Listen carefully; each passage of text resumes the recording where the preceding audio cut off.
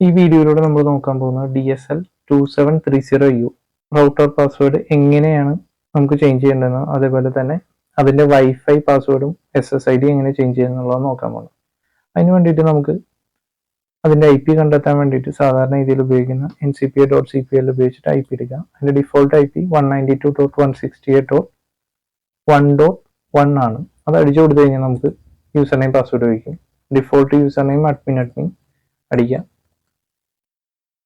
Login ചെയ്തതിന് ശേഷം നമുക്ക് അതിൻ്റെ വൈഫൈ പാസ്വേഡാണ് ആദ്യമായിട്ട് ചേഞ്ച് ചെയ്യേണ്ടത്. അതിന് വേണ്ടിയിട്ട് സെറ്റപ്പ് ബട്ടണിൽ പ്രസ് ചെയ്തതിന് ശേഷം വയർലെസ് സെറ്റപ്പ് ക്ലിക്ക് ചെയ്യുക.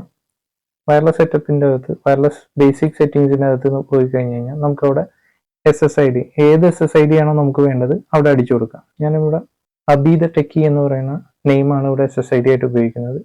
അതിനുശേഷം ഇത് അപ്ലൈ കൊടുത്തു കഴിഞ്ഞാൽ റൗട്ടർ റീലോഡ് ചെയ്ത് വരുന്നത് നമുക്ക് കാണാൻ പറ്റും.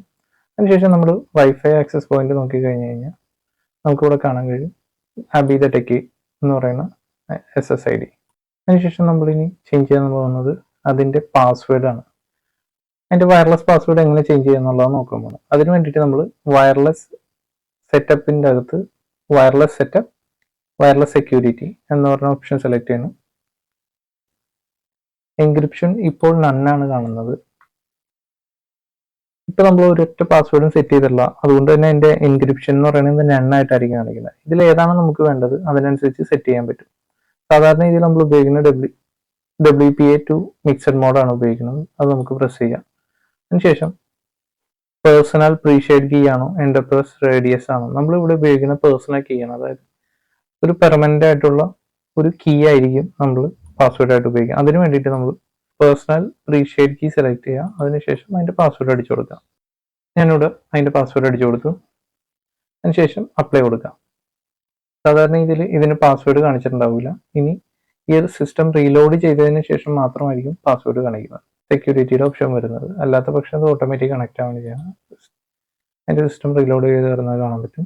സിസ്റ്റം റീലോഡ് ചെയ്ത് വന്നിട്ടുണ്ട്. ഇനി നമ്മൾ പ്രസ് ചെയ്ത് കഴിഞ്ഞാൽ ഇതിൻ്റെ വൈഫൈയുടെ പാസ്വേഡ് വയ്ക്കും. ഇവിടെ നമുക്ക് ഏത് പാസ്വേഡാണ് നമ്മൾ അവിടെ ഉപയോഗിച്ചാൽ ആ പാസ്വേഡ് ഇവിടെ ഉപയോഗിക്കാവുന്നതാണ്. നമുക്കിവിടെ ഇതിൻ്റെ വൈഫൈ കണക്ട് ആയത് കാണാൻ പറ്റും. ഞാൻ സെറ്റ് ചെയ്ത വൈഫൈ പുതിയ SSID വെച്ചിട്ട് പുതിയ പാസ്വേഡ് വെച്ചിട്ട് ഇവിടെ കണക്ട് ആയിട്ടുണ്ട്. 2730U പാസ്വേഡ് എങ്ങനെ മാറ്റാമെന്നുള്ളത് നോക്കാൻ പോകുന്നത്. ലോഗിൻ ചെയ്തതിന് ശേഷം നമുക്ക് മെയിൻ്റെനൻസ് ചെന്ന് കഴിഞ്ഞാൽ പാസ്വേഡ് സെലക്ട് ചെയ്ത് കഴിഞ്ഞാൽ നമുക്ക് പുതിയൊരു യൂസറെ ആഡ് ചെയ്യാനുള്ള ഒരു ഓപ്ഷൻ പറ്റും. ടെസ്റ്റ് എന്ന് പറയുന്ന യൂസറെ ഞാൻ ആഡ് ചെയ്യാം. അതേപോലെ എനിക്ക് അതിൻ്റെ പാസ്വേഡും ആഡ് ചെയ്യാൻ പറ്റും.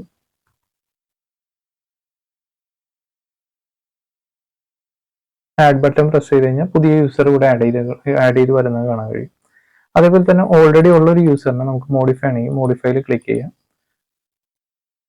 അതിനുശേഷം അതിൻ്റെ പാസ്വേഡ് അടിച്ചു കൊടുക്കാം. ഓൾഡ് പാസ്വേഡ് ഏതാണോ അത് അടിച്ചു കൊടുക്കുക. അതിനുശേഷം പുതിയ പാസ്വേഡ് എന്താണോ അത് അടിച്ചു കൊടുത്തു കഴിഞ്ഞാൽ നമുക്കിതിൻ്റെ പാസ്വേഡ് മാറ്റാൻ പറ്റും. മോഡിഫൈയിൽ ക്ലിക്ക് ചെയ്ത് കഴിഞ്ഞാൽ അതിൻ്റെ യൂസർ നെയിം പാസ്വേഡും മോഡിഫൈ ആവും. അപ്പോൾ നമുക്ക് ഇനി നമ്മൾ ലോഗിൻ ചെയ്യുമ്പോൾ പുതിയ യൂസർ നെയിം പാസ്വേഡ് വെച്ചിട്ട് വേണം ലോഗിൻ ചെയ്യാൻ. ഇതുപോലെ തന്നെ നമുക്ക് യൂസറെ ഡിലീറ്റ് ചെയ്യണമെന്നുണ്ടെങ്കിലും യൂസറെ സെലക്ട് ചെയ്തതിന് ശേഷം ഡിലീറ്റ് പ്രസ് ചെയ്ത് കഴിഞ്ഞാൽ ഡിലീറ്റ് ആവുന്നതാണ്. അതുപോലെ തന്നെ ഇവിടെ ഏതെങ്കിലും പഴയ യൂസറിൻ്റെ പാസ്വേഡ് റീസെറ്റ് ചെയ്യണമെങ്കിൽ ഇത് റീസെറ്റ് ചെയ്യാവുന്നതാണ്. ബൈ ഡിഫോൾട്ട് ഇതിന് 2 യൂസറാണ് ഉള്ളത്. യൂസർ എന്ന് പറയുന്ന ഒരു യൂസറും അഡ്മിൻ എന്ന് പറയുന്ന യൂസറും. ഇവിടെ നമ്മൾ യൂസറായിട്ട് കയറി കഴിഞ്ഞാൽ നമുക്ക് അതിൻ്റെ പ്രിവിലേജസിൻ്റെ വ്യത്യാസം നിങ്ങൾക്ക് കാണാൻ കഴിയും. യൂസറായിട്ട് ലോഗിൻ ചെയ്യുമ്പോൾ അതിനുള്ള മാനേജ്മെൻറ്റ് ഓപ്ഷൻസ് വളരെ കുറവായിരിക്കും.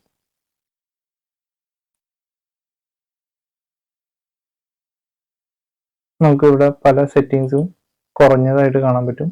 ബേസിക് സെറ്റിങ്സ് മാത്രമാണ് നമുക്കിവിടെ ചേഞ്ച് ചെയ്യാൻ കഴിയുന്നത്. അതേപോലെ തന്നെ നമുക്ക് യൂസർ ക്രിയേഷൻ അങ്ങനെയുള്ള പല പ്രിവിലേജസും ഇതിൽ നിന്ന് മിസ്സായിട്ടുണ്ടാവും. യൂസർ ലോഗിൻ ആയിരിക്കുമ്പോൾ അഡ്മിൻ ആയിരിക്കുമ്പോൾ മാത്രമാണ് അതിൻ്റെ അഡ്മിൻ ആക്സസ് നമുക്ക് അവൈലബിൾ ആയിരിക്കുള്ളൂ. ഈ വീഡിയോ നിങ്ങൾക്ക് ഇഷ്ടമായ ലൈക്ക് ചെയ്യുക, ഷെയർ ചെയ്യുക, സബ്സ്ക്രൈബ് ചെയ്യുക. Thank you for watching this video.